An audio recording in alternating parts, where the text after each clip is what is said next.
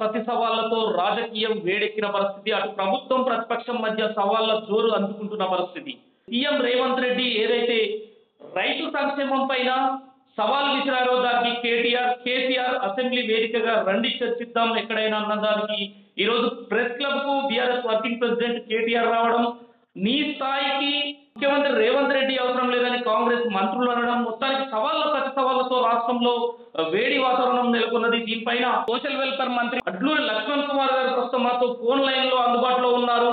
కేటీఆర్ ఈ రోజు press club కు వచ్చిన పరిస్థితి, మంత్రులు వచ్చినా సరే నేను చర్చకు సిద్ధమే, మంత్రులతో చర్చించడానికి రాష్ట్రంలో కాంగ్రెస్ ప్రభుత్వం అధికారంలోకి వచ్చాక ఏం చేసిందనే దానికి చర్చకు నేను సిద్ధమే, ఏ మంత్రి అయినా ప్రెస్ క్లబ్ కు రావచ్చని కేటీఆర్ సవాలు విసిరిన పరిస్థితి.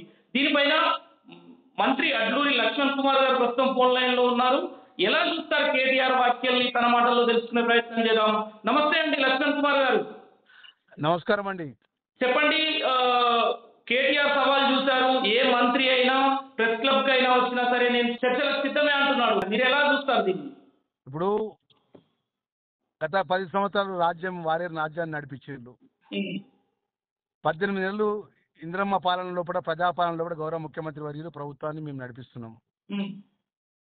మేము చేసిన సంక్షేమ కార్యక్రమాలు కానీ, రైతుకు సంబంధించిన విషయంలో కానీ, రైతుల ఇరిగేషన్ విషయంలో కానీ గత కొన్ని రోజుల క్రితమే గౌరవ ముఖ్యమంత్రి వర్యులు అసెంబ్లీ సాక్షిగా డే టు టైము మాజీ ముఖ్యమంత్రి రమ్మని చెప్పి సవాల్ విసిరిండు. దానికి జవాబు చెప్పలే. ఇవాళ ఒక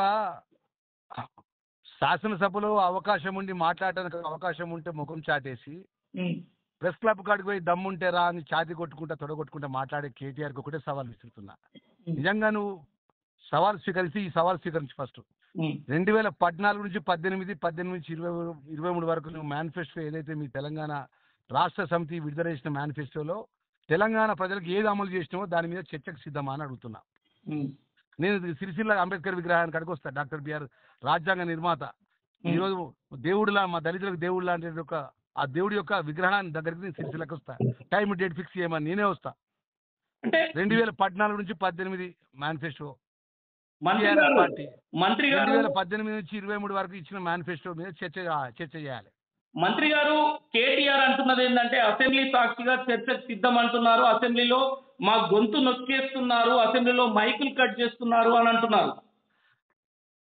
అసెంబ్లీలో వారు ఎన్ని గంటలు మాట్లాడిందో, హరీష్ రావు గారు కేటీఆర్ ఎన్ని గంటలు మాట్లాడిందో, వారి పార్టీ నాయకులు ఎన్ని గంటలు మాట్లాడిందో, గత 2014 నుంచి 23 వరకు ప్రతిపక్ష పార్టీగా ఉన్నటువంటి మా యొక్క ప్రతిపక్ష పార్టీ ఉన్నటువంటి బట్టి విక్రమార్క గారు కానీ, అప్పుడున్న శ్రీధర్ బాబు గారు కానీ, అప్పుడున్న సీతక్క గారు ఎన్నో వర్షం మాట్లాడిందో మీకు ప్రెస్ పరంగా మేము రిలీజ్ చేస్తాం. అసెంబ్లీ నుంచి ఎన్ని గంటలు వాళ్ళు అసెంబ్లీలో చర్చ చేసిండ్రు, ఎంత టైము ప్రధాన ప్రతిపక్షకు ప్రభుత్వం ఇచ్చిందనేది మేము దానికి పూర్తిగా ఆధారాలు మేము ముందు పెడతాం.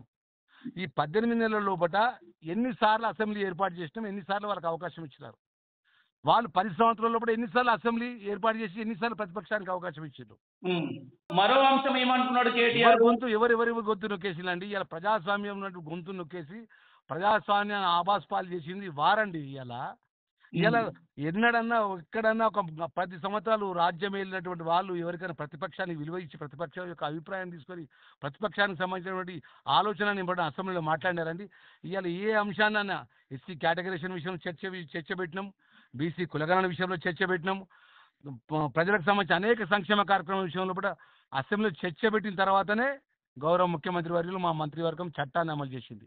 ఎన్నడన్నా మా ఎస్సీలకు సంబంధించిన 30 సంవత్సరాల మా న్యాయమైన కోరిక విషయంలో అన్నదమ్ముల్లాగా గౌరవ సుప్రీంకోర్టు యొక్క జడ్జిమెంట్ను అమలయ్యడానికి చర్చ చేయడానికి వస్తే, దళితులకు పేద వర్గానికి సంబంధించినటువంటి అంశాన్ని చర్చ చేయడానికి వస్తే, మా వర్గాన్ని చర్చ చేయడానికి వస్తే ఒక ముఖ్యమంత్రిగా పనిచేసిన నాయకుడు అసెంబ్లీలో కాలు పెట్టలే.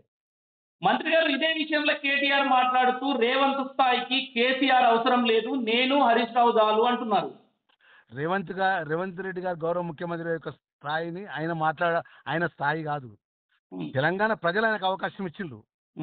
రాజ్యాంగ నిర్మాత అంబేద్కర్ గారి యొక్క రాజ్యాంగ పరంగా ప్రజల ఓట్ల ద్వారా, ప్రజాస్వామ్య పద్ధతి ద్వారా గౌరవ శాసనసభ్యులు ఎన్నుకుంటే ముఖ్యమంత్రి అయినాడు. అర్థమైందా?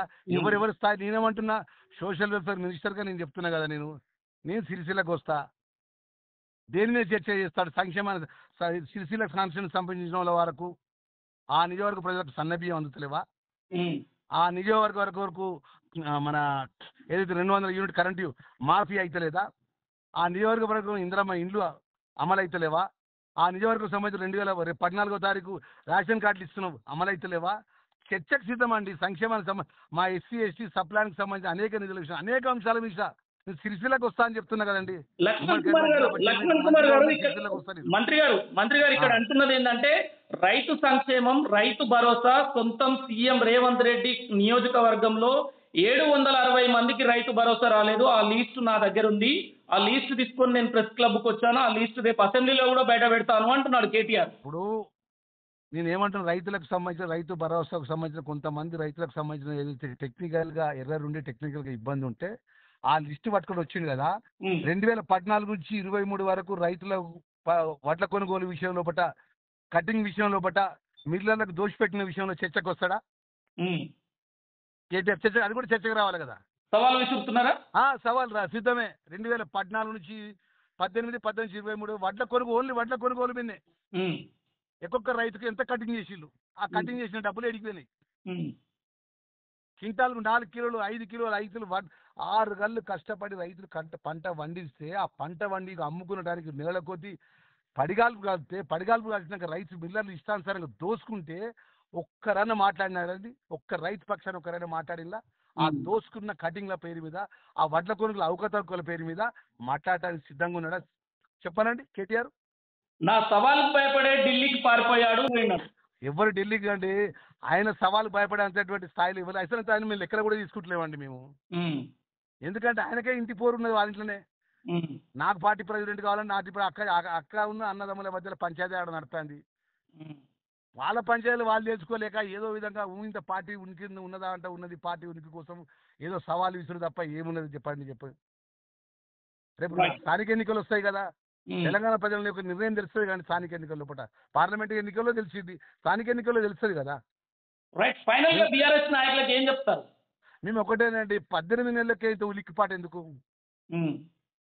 18 ఇప్పుడు ప్రజలు 5 సంవత్సరాల కొంచెం మాకు అవకాశం ఇచ్చిండ్రు. రాజ్యాంగ నిర్మాత అంబేద్కర్ యొక్క చట్ట ప్రకారం ప్రజలు ఓట్లు వేసిండ్రు.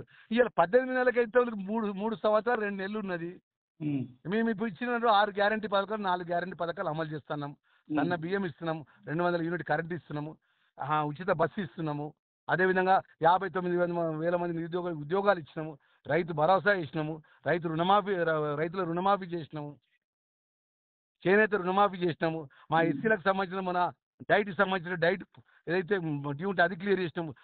ఎన్నడూ కూడా తెలంగాణ రాష్ట్రం 10 సంవత్సరాల లోపల ఉన్నటువంటి గురుకుల పాఠశాలకు లక్షలాది మంది పిల్లలకు డైట్ ఛార్జీలు పెంచినాము. చెప్పమనండి. ఇప్పుడు మేము ఒకటే 18 నెలలకి ఇంత ఉలిక్కిపాటు అంటున్నా. 18 నెలలకి ఎందుకంత తండ్రికి ఆయనకు ఎందుకంత ఉలిక్కిపాటు అంటున్నా. పొద్దున మేము 4 సంవత్సరాలు, రేపు 5 సంవత్సరాల తర్వాత ప్రజల దగ్గరికి పోతే ప్రజలు చెప్తారు కదా మేము పని చేసినాం అయ్యేలా నిర్ణయము. రేపు స్థానిక సర్పంచ్ ఎంపీటీ సెలక్షన్స్ ఉన్నాయి కదా, అప్పుడు ప్రజలు చెప్తారు కదా. సోషల్ వెల్ఫేర్ మంత్రిగా సిరిసిల్ల అంబేద్కర్ బొమ్మ దగ్గర చర్చకు సిద్ధం అంటున్నారు మేనిఫెస్టో మీద. రైట్.